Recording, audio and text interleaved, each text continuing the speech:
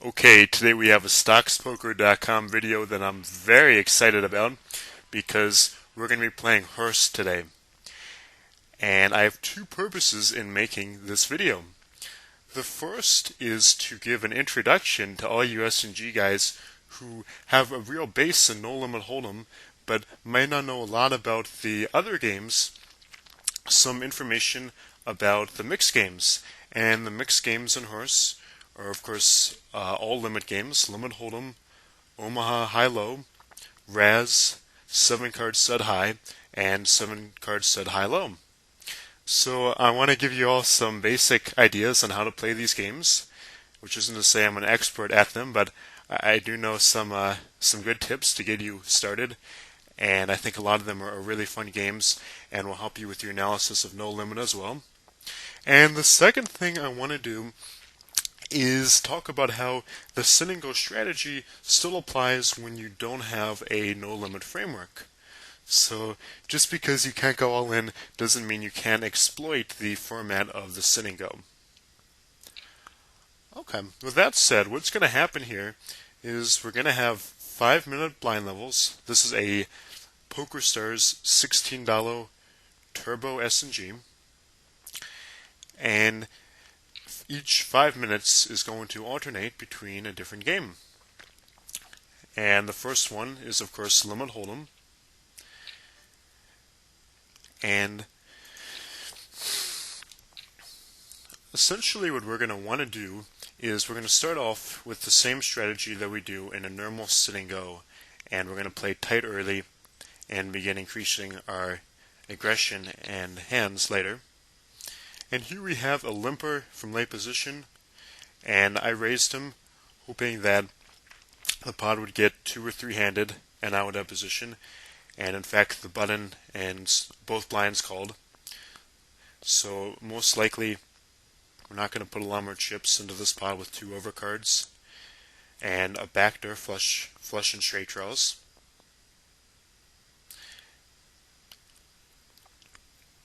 And in limit, it's often correct, so I'm going to bet this here, because if I can win the pot with a 20-chip investment, and I can win 200 chips, it's really an incredibly profitable chip investment, and that's pretty standard in most limit games, and just getting it heads up now is a great accomplishment, and with a flush draw as well, I'm going to be looking to play this pretty aggressively, so I'll bet out, hoping to win it here. If he raises, I'll call.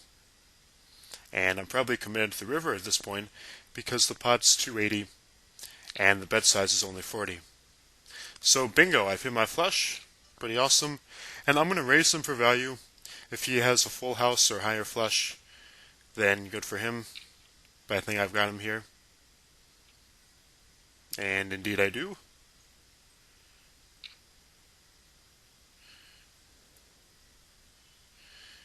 And my guess there would be that he has trips. We'll verify that in a second.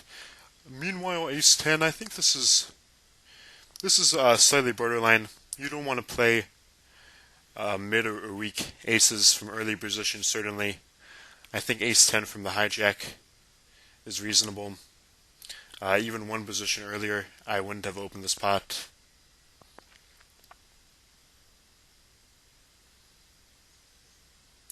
So if you want to see how really good Hold'em is played, go take a look at some of Nick's videos, Bryce's videos. I'm just going to give you guys a basic idea on these games. Okay. So here we're getting about 9-1. And I think I'm going to take one. This is, I could fold here. And now with the top pair and the flush draw, I'm going to go ahead and bet. And if he raises, now I'm just going to call. And I will check call this. So he raised the turn, probably to get a free showdown. He wanted me to check him on the river, and he succeeded. So most likely there he had a higher flush draw. Or possibly he had a queen or something, and that can be a very good play. And let's take a look what these guys had the past couple hands. My hand against Camblin and Chill on White Boy. kind of a funny name there. One thing is that in not just in H.O.R.S.E, but in any variation, you can see what guys have when they make it to showdown by going to the hand history. So in the hand where we had the queen high flush, our opponent had ace of spades, two of clubs. So what did I give him? Yeah, he hit a top pair in the river. Okay.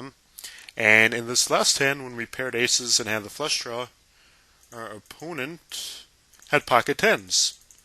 Okay, so that is fairly reasonable. Did he have a club there? No, I think that we had the ten of clubs. So when we bet out at the turn, I think this guy should have folded. But this play certainly wasn't hopeless. And, okay.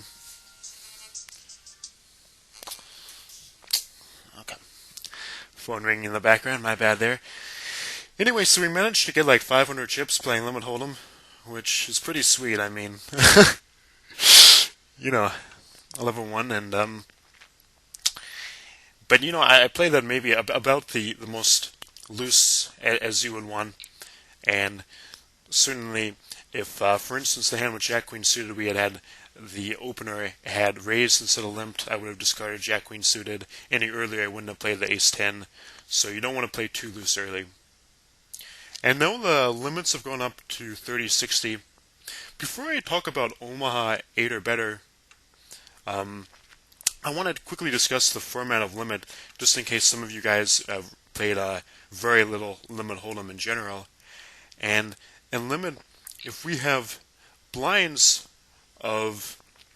So right now, the limits are 30-60, which means that we have blinds of 15 and 30, and the bet size is going to double to 60 on the turn, or on 5th Street when we're playing one of the stud variations.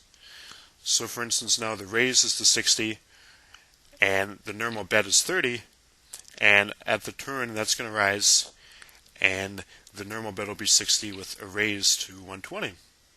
And it's always capped after 4 raises, at least on stars, and that's the most common. So we could have 30 raised to 60, raised to 90, and then raised to 120, at which point that would cap the betting on that round of betting. And let's talk a little bit about Omaha 8 or better. So this is a split pot game where the guy who has the best high hand splits with the guy who has the best low hand. And the best low hand is ace 2, 3, 4, 5. And flushes and straights do not count against you in that regard. So here, we knew that we were going to see a couple of 2-4s, because we have an ace 3 and a 5 out. You've got 4 cards dealt, and with those guys wanting to cap the betting at the river, at least one of them had a 2-4, because that gives you both a straight and the nut low. And there's not automatically a low hand, because you need an 8 high or a better low. So I'll check and take this free flop. And I have a very weak hand here. I have no low draw, and I only have a pair of 8s for high, which is very weak in Omaha. And so what I mean here is that, for instance, if you have to use exactly 2 cards from your hand in both directions, so they can be different 2 cards for high and for low, but in this hand, for instance, there's no way somebody could have a low, because there's only a 3 and an 8 out. Those are the only cards, 8 or below, and you can only use 2 from your hand. So even if you had 3 lower cards in your hand, you couldn't play them, because you have to use 3 from the board and 2 from your hand. So you'd have a 3 and an 8 on the board, and without 3 low cards, 3 cards 8 or below, there cannot be a low out. And the optimal strategy in any variation of high-low, and here this is not a very strong hand because I have middle cards. I'm going to call it just because I'm getting about 13-1 odds there. Okay, so now I flopped the nut straight, and I'll go ahead and bet this would be a monster, of course, in Hold'em. In Omaha, this isn't quite as strong because guys could have very strong redraws. Okay, so this 4-5, my straight will often not be best by the river. You know, if a flush comes out or the bird pairs or higher straight as possible, then usually somebody's going to have them. So for instance, right now, I really don't know how excited I am. For instance, my low of 3, 4, 5, 6, 7 is almost certainly not the best low out there. It's almost certain that somebody has, if not the nud low, which should be having an ace deuce, a 2-4, an ace 4. So I guarantee you I do not have the best low hand out. And most likely I still have the best high. Most likely somebody does not have a full house, but it's certainly possible. Okay, somebody could definitely have a 3-6, pocket sixes, something like that.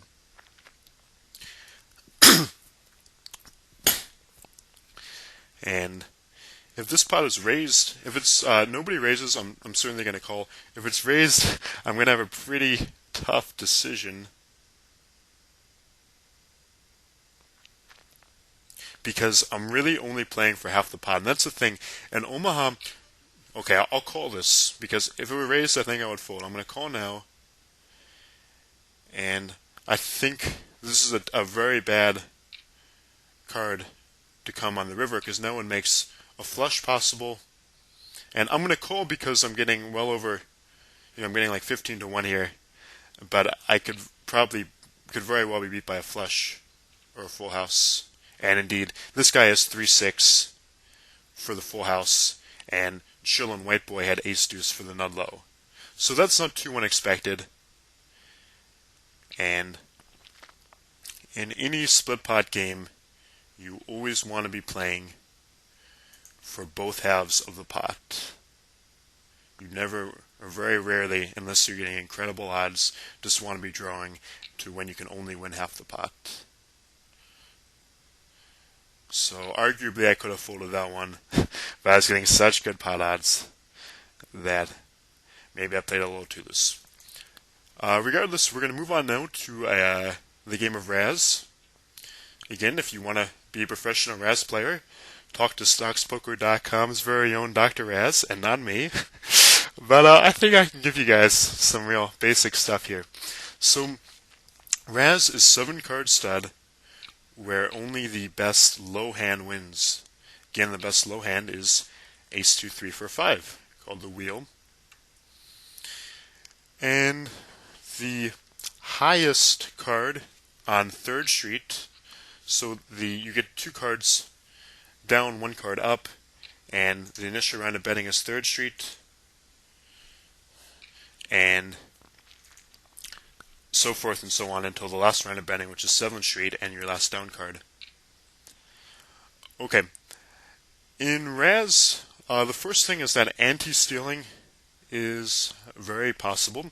So for instance, if everyone folds to you and you are close to the bring-in, the first bet, then you can raise with a low card no matter what your other 2 cards are if nobody else can play, if they all have high cards out. So I think we'll have an example look at that. Here my hand is very strong. Okay, I've got an ace 5, 6, so that's 3 low cards. 2 2s are out.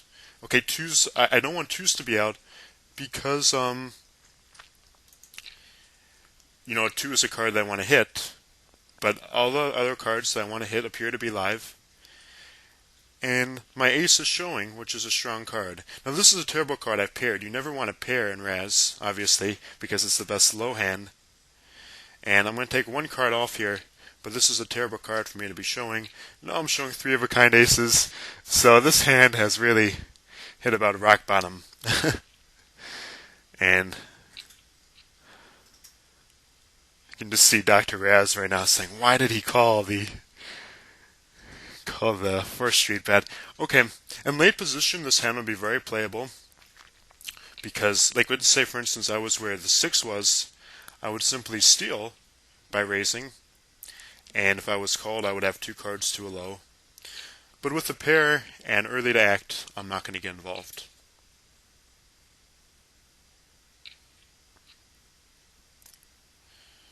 And anti-stealing is to me one of the really big things in any variation of stud. I mean, the last 3 games in H.O.R.S.E are stud, Raz, stud high, and stud 8 or better.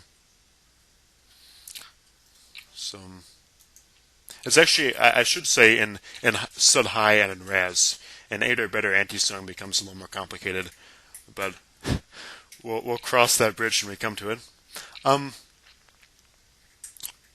So D. Walvis bet out on first read with a pair of 5s showing, which is kind of unusual. Most likely he has 2 excellent cards in the hole, like an ace-deuce, and he's just not improving. But it's pretty risky. One thing that's kind of key here in any of the stud variations is it doesn't matter, so now we're playing stud high, it doesn't matter just what you have, but also what your opponents see. Because the scarier the board, the more chance you can get your opponents to fold. Okay, here I'm going to call with a pair of 8s and a 5 showing. This would be a lot stronger hand if my 5 were an overcard instead of an 8, because I can hit a 2 pair and still have it not be good. This is kind of I'm not going to call this bet. Okay, if he has, if he hits 2 pair, then I'm not even going to be drawing to the best 2 pair.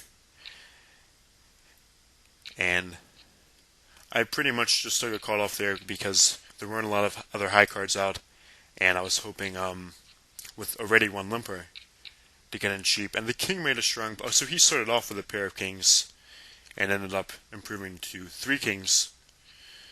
But he could have made that play with kind of a good range of hands, and it would still be pretty strong because he's going to have, in general, the most intimidating board. So when everyone misses, a lot of the times that guy with the king is just going to take it.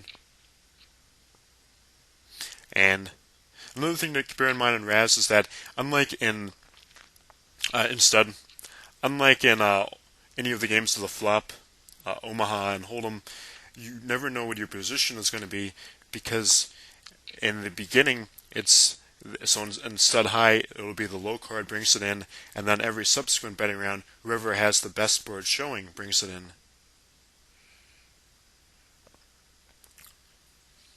And quad 10s are going to save Fish Tool from busting out early. Okay, so this is a very weak hand for, not just because I'm early to act and don't really have anything, but there's another ace out and 2 queens out. So when your high cards aren't very live, which means that, so here it's very unlikely I'm going to pair, okay, because there are 2 queens already out for sure. So I only have 1 out to pair that queen, and there's an ace out. So I only have a total of 3 outs to make a high pair. And the lesson there kind of is that you always want to pay attention to your opponent's boards, because that can really affect your decision. And if all of your cards are very live and you can make you're dealt 3 to like a straight flush, and all of the cards that you want to hit are out, and that's very bad. And if they're all live, then that's good. Here I'm going to go for an anti-steal. Okay, I've got the highest card, it's in late position, and I'm hoping I can just take it away from this guy. He's playing back, and I'm going to give it to him.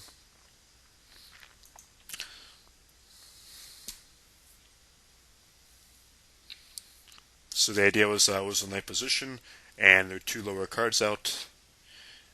And even though it didn't work out, I think that's certainly a reasonable play. The time you don't want to anti-steal is when you don't have anything like that hand, but also you're in an earlier position. So for instance, if I hadn't been in late position, I certainly wouldn't have attempted to steal the antes there.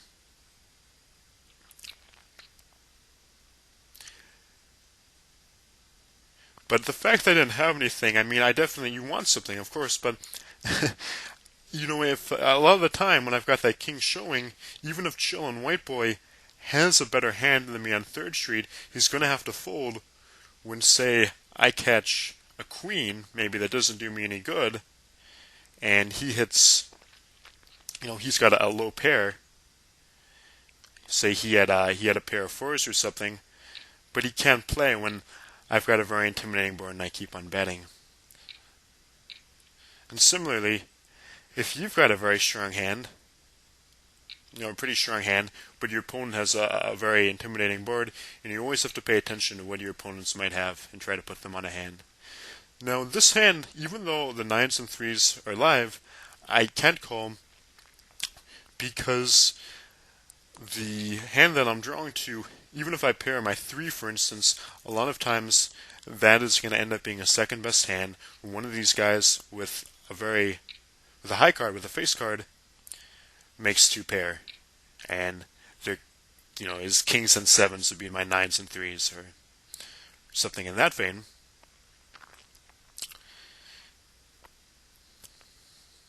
Now, as the limits progress, and there are fewer guys, then we're going to be coming in a lot more wide for stuff like blind stealing in the Hold'em and Omaha variations, and anti-stealing in the stud variations. And in that sense, it's going to become a lot more similar to a conventional sit and go. So hopefully we'll have an opportunity to look at some of those situations. Okay, now we're moving on to stud high-low. Again with the 8 or better qualifier.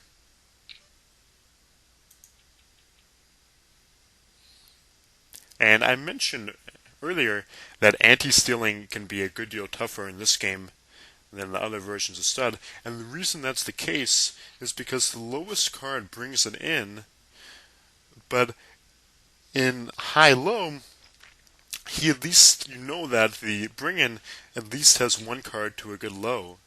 So this guy with a 3, in stud high, he's just showing a very weak card, but in high-low, he's showing one card, the strongest card out toward the low, because he's the bring-in. So you need a lot more value when you're coming in to steal the antes. Okay, this is a very strong board that D. Walvish is showing, because it's a board that could easily scoop. Okay, he's showing 3 cards to both a straight flush, which is excellent for high, and 3 cards to a very solid low. So Lucky Dog better have a real monster to be now his board is strong as well, but it's looking like he could be drawing to worse flush or worse low. And Walvis bets out, and indeed he's showing the 6 high for low and the flush, so he hits there in both directions, and that's a monster. Okay, now I have a very good high only hand. One of my aces and one of my 9s are out, but I'm going to go for a steal. And also, my hand could be misread for a low because I have an ace showing, so if I catch some low cards, maybe I'll get credit for a low as well. Okay, so I know he can have 3 aces. We each have a pair of aces.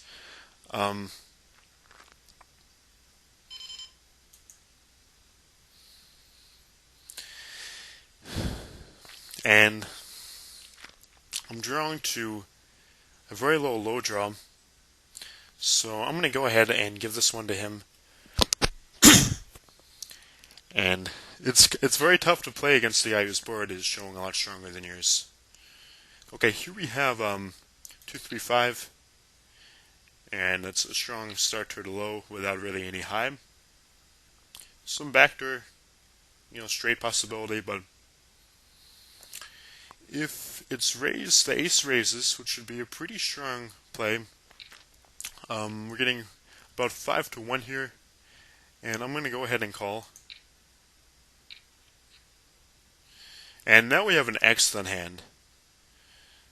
We have 4 cards to a low straight, so now we're drawing to both high and low. And I'm just going to call because I want to keep in Chillin' White Boy. And okay, bang, we've made the wheel. So this is about as sweet as they can get in stud high-low. And I'm going to go ahead and raise. And I've got the nuts for low and almost certainly the best high. So Chillin' White Boy could be drawing. And this is he could be drawing to a full house or a very unlikely straight or something, but I almost certainly have this pot scooped. Okay, he's re-raising me. I'm going to re-raise him back. I've got low locked up for sure, and there's a good chance I've got high too. So either we're splitting. Okay, yeah. So we're going to split this pot when he makes a full house on the river, which is pretty unfortunate because it looked like we had a near lock to scoop the pot.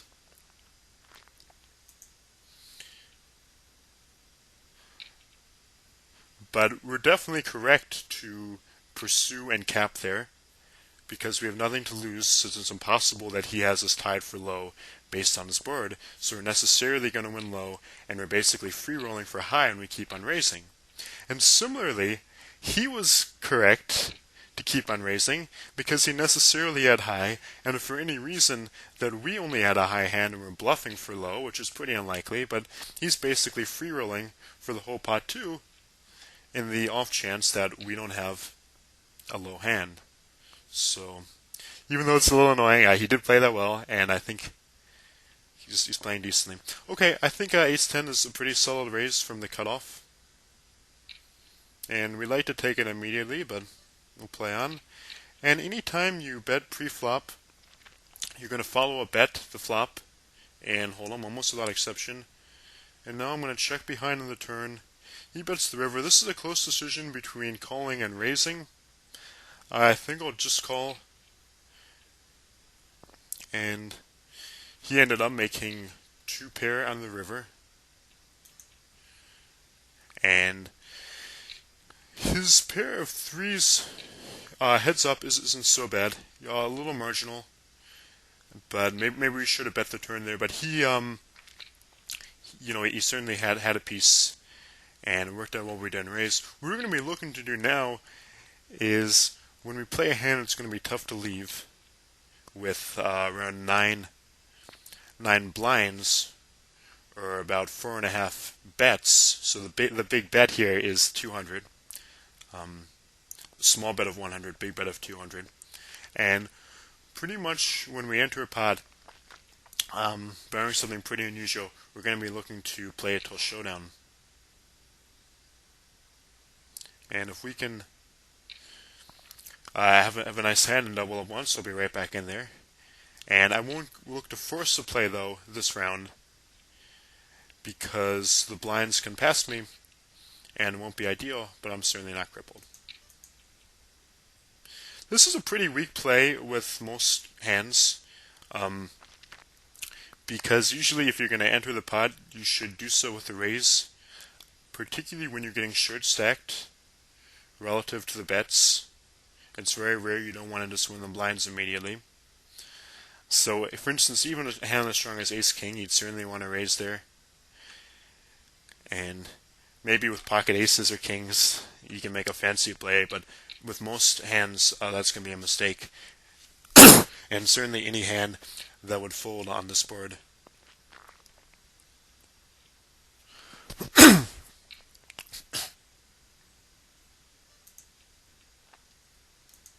Okay, in 1 minute, the blinds go up to 153 for Omaha high-low, and hopefully we'll have the blinds pass us at 50, 100, and then when there's 75, 150, okay, so bets of 150, 300, and therefore blinds of 75, 150,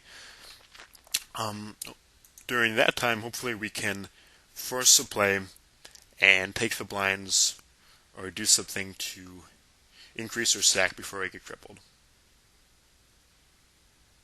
Okay, chillin' white boy raises some early position, and I'm not going to get involved with 8-6 off.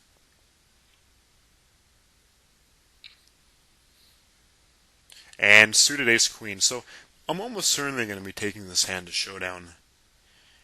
And if somebody raises, I'll 3-bet. Okay, so for sure Camlin and I are taking this to the river. There's just no way that, and he knows that too. So hopefully we flop something and we'll see.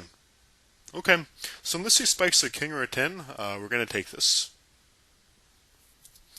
Come on, yes, okay. And that's obviously just what we want. because now we're back in contention, and we don't have to force a play. And one thing that differs, of course, from the limit games and no limit in the Sin and Go is you can make a big play to take the blinds when you sense weakness. So for instance here, we had a couple of guys who limped, which is pretty weak, but our only recourse is to come in for a min raise. And that's simply not going to give you any real chance of taking what's out there without a fight. Okay, and anybody who limps in for 100 and is going to call your raise to 200. So if you do raise, and sometimes you should, but you need to be doing that for value when your hand is strong enough to warrant it.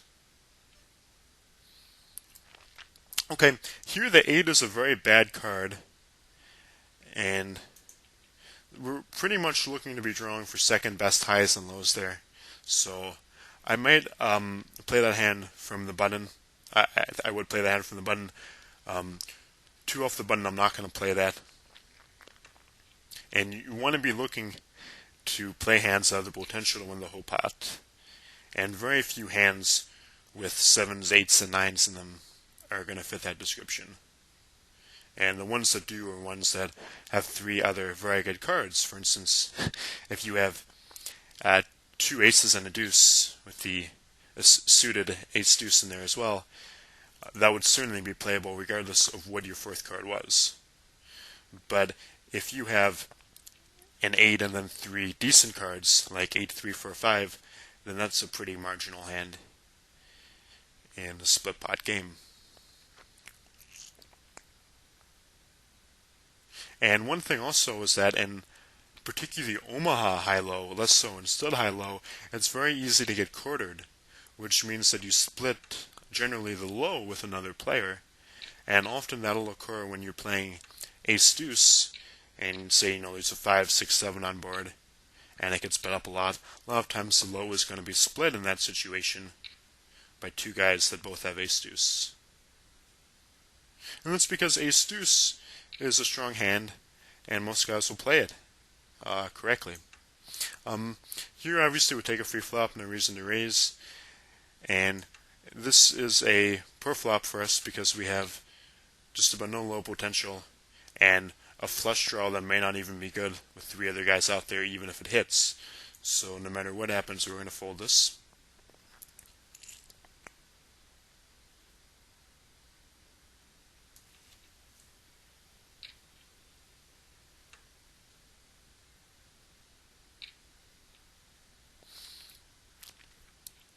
And in a situation like that, these guys may not have the best idea, but generally you're going to see a guy shut down with Jack-Queen in that situation for the nut straight with no low out and then raising like that.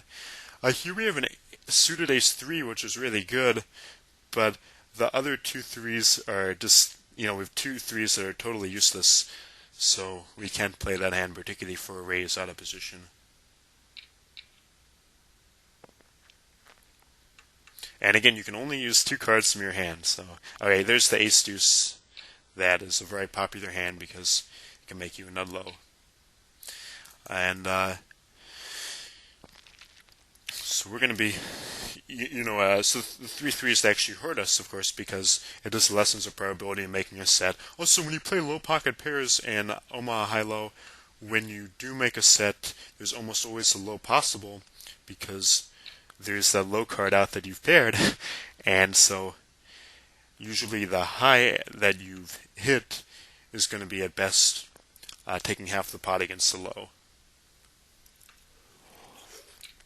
There are a lot of concepts we're talking about. You guys definitely don't feel like you need to be, if you're new to these games, grasping all of them. But it's just cool to think about other variations besides just no limit hold'em. It really sharpens the way you think about the game, and Sin and Goes as well. The Sin and Go format and how to play that in a more general context.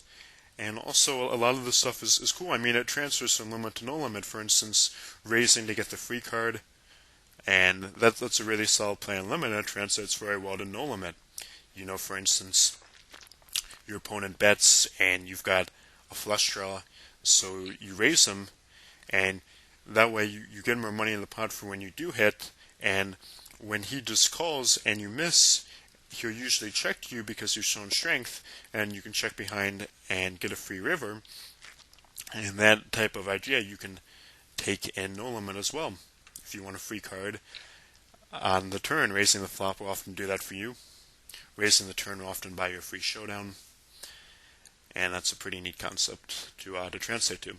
Okay. Now, this is good because we're going to be hit with Raz before the blinds hit us again. And the blinds would really hurt us. So, since there aren't blinds now, just antes and a bring-in, this is good for us. Okay, if Saval doesn't raise, I will raise. Or if he didn't bring in, so now he's enter the pot, and I've got an ace-5, and I'm going to make a play for this.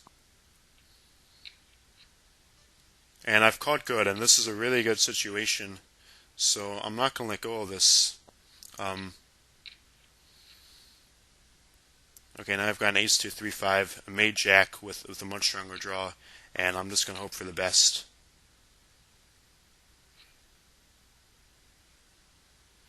And he takes it, and unfortunately that's going to be it. But I hope this gives you guys a good introduction to how to play some of the other mixed games. And this is Collin Moshman, signing off.